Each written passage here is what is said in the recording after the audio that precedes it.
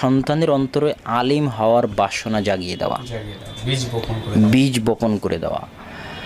যদি পিতামাতা সন্তানের অন্তরে আলেম হওয়ার বাসনা জাগিয়ে দিতে না পারে, তাহলে যতই চেষ্টা করুক আলেম বানাতে পারবে না। কেন? সন্তানের ইচ্ছা নেই আলেম হওয়ার, সে যতই মারধর করুক তাহলে সে কী হবে? তাহলে অ্যাট ফার্স্ট সন্তানের অন্তরে আগ্রহ হয়ে আশা জাগিয়ে দিতে হবে যে সন্তান নিজেই চায় যে আমি একজন আলেম হই। আচ্ছা, এটার পিছনে পরিবার কি করতে পারে? এটার পিছনে পরিবার করতে পারে বিশেষ করে মা।